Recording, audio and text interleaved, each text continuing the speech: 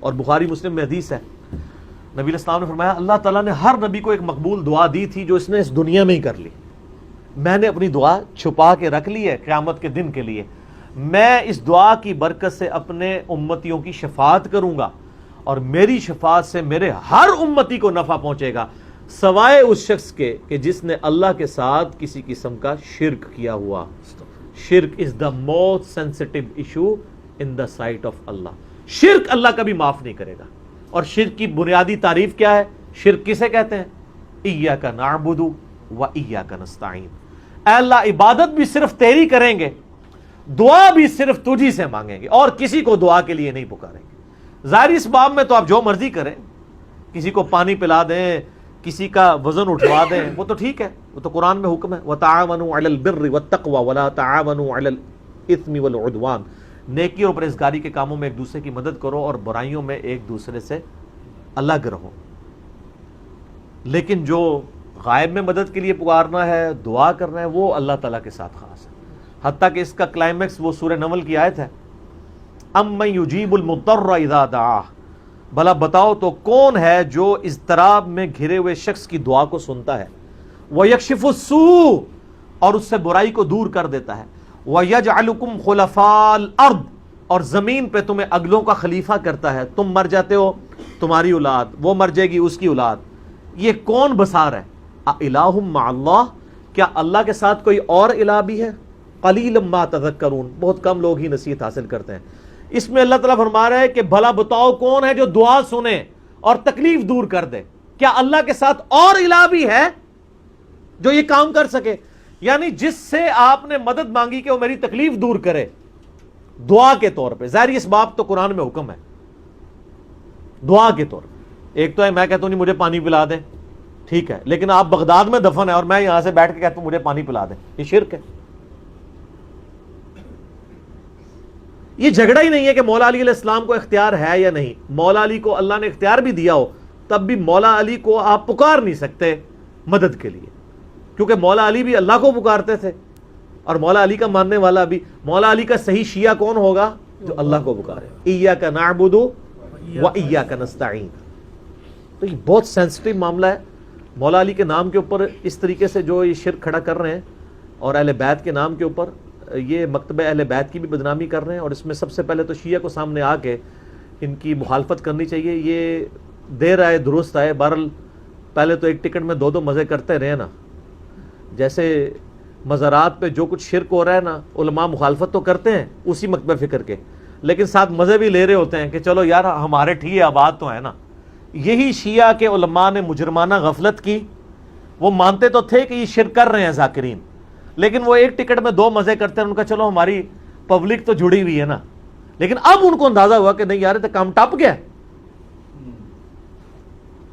یہ تو معاملہ ہمارے ہاتھ سے نکل گیا۔ اب ان کو ہوش آئی ہے تو جگہ جگہ کانفرنسز ہو رہی ہیں، جواد نقوی صاحب کا بھی کلپ آ گیا ہے، ثاقب اکبر صاحب کا بھی کلپ آ گیا ہے، حیدر نقوی صاحب کا بھی کلپ آ گیا ہے، باقی علماء کا بھی، اور بڑے غصے سے بھرے ہوئے ہیں وہ، کیونکہ ان کو اندازہ ہو گیا کہ یہ معاملات ہم سے بگڑ گئے۔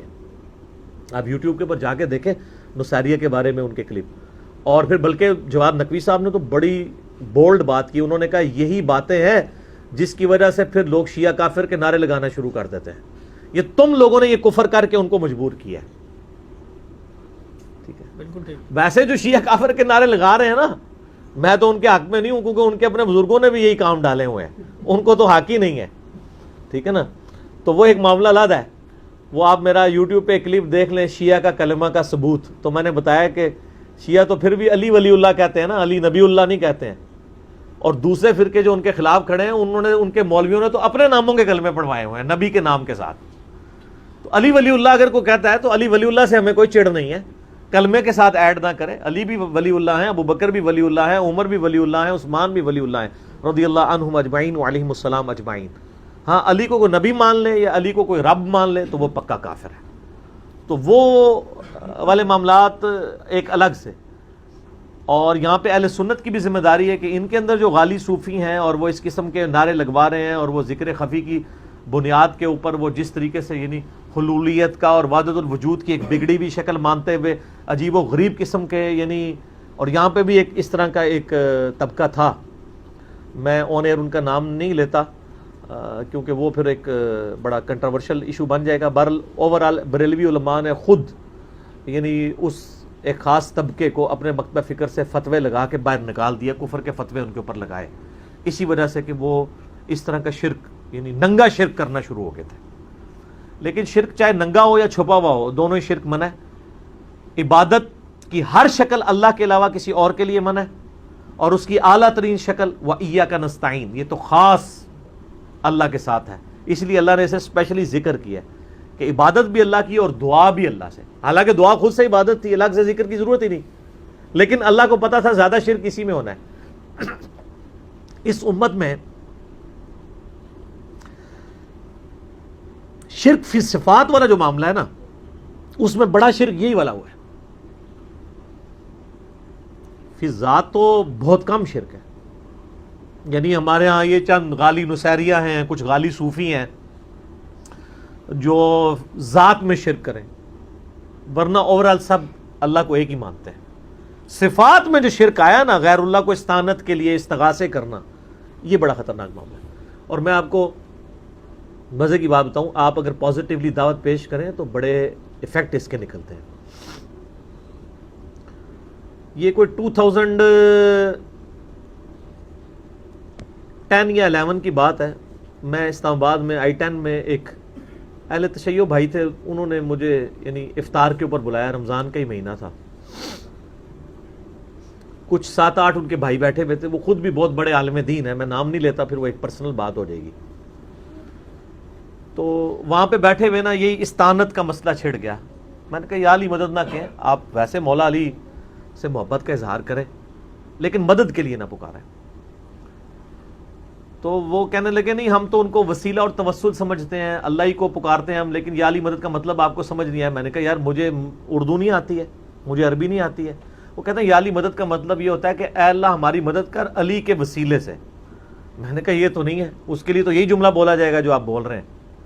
آپ تو ڈائریکٹ یہ الفاظ استعمال کرتے ہیں, یا اہل سنت کے ہاں لوگ یا شیخ عبد القادر جیلانی المدد کہہ رہے ہوتے ہیں, تو یہ تو منع ہے.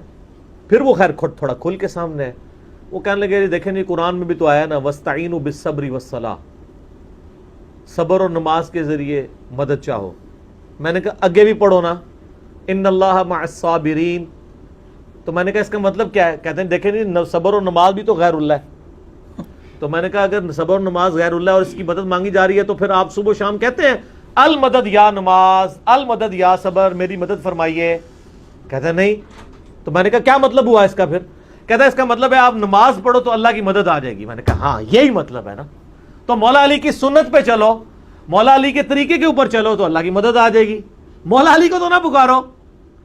کوئی کہتا ہے المدد یا نماز, المدد یا صبر. اچھا پھر کہتے ہیں جی ہاں یہ تو بات سمجھ آ گئی, بتائیں ممانعت کہاں ہے؟ پھر میں نے سورہ نمل کی وہ آیت پڑھی امن یجیب المضطر اذا دعا ویکشف السوء ویجعلکم خلفاء الارض االہ مع اللہ قلیلا ما تذکرون. میں نے کہا اس آیت میں واضح آیا ہے کہ جو اللہ کے علاوہ کسی اور کو دعا کے لیے پکارنا سمجھتا ہے نا, وہ اسے خدا بنائے ہوئے ہے, معبود بنائے ہوئے ہے. کیونکہ اللہ تو کہہ رہا ہے کیا اللہ کے ساتھ کوئی اور الہ بھی ہے جس سے دعا مانگو؟ میں نے کہا یہ واضح ثبوت ہے کہ یہ شرک ہے. اچھا وہ آئے مائے شائیں کرنا شروع ہو گئے, لیکن وہاں جتنے 7-8 شیعہ بھائی باقی بیٹھے تھے نا, میں نے قرآن بھی انہی کا منگوایا. میں نے کہا جی مجھے بتائیں. انہوں نے کہا نہیں جی انجینئر صاحب آپ کی بات بالکل صحیح ہے, جو دلائل ہے نا وہ یہی, قرآن کی آیت تو یہی بتاتی ہے. تو الحمدللہ کئی لوگ دعوت قبول کر لیتے ہیں. اگر کوئی ہٹ دھرمی پہ اتر ہے تو اس کا تو کوئی علاج نہیں, ہم تو صرف بات پہنچا سکتے ہیں. باقی میں نے محنت کر کے ایک لیکچر بھی ریکارڈ کروا دیا ہے, مسئلہ نمبر 3 دعا صرف اللہ ہی سے. میری زندگی کے بہترین لیکچرز میں سے وہ ہزاروں لوگوں کی عقیدہ توحید کی اصلاح کا سبب بنا ہے, جس میں میں نے اپنا یہ ریسرچ پیپر نمبر 3 دعا صرف اللہ ہی سے, اس کو میں نے باقاعدہ اس میں پڑھایا ہے پورے ریسرچ پیپر کو. 8 پیجز پہ سارے شیطانی وسوسے جو عقیدہ استعانت کے حوالے سے یہ پیش کرتے ہیں میں نے سب کے سب کور کیے ہیں. پچھلے دنوں میرا ایک کلپ اپلوڈ ہوا ہے یا رسول اللہ انظر حالنا پہ صحیح عقیدہ, وہ بھی آپ دیکھ سکتے ہیں. دعا صرف اللہ ہی سے مسئلہ نمبر 3 دیکھیں, اور اسی کی ایکسٹینشن ہے مسئلہ نمبر 43 وسیلہ اور توسل کے صحیح احکام و مسائل. تو انشاءاللہ تعالی عقیدہ توحید کے حوالے سے آپ کی اصلاح ہو جائے گی انشاءاللہ.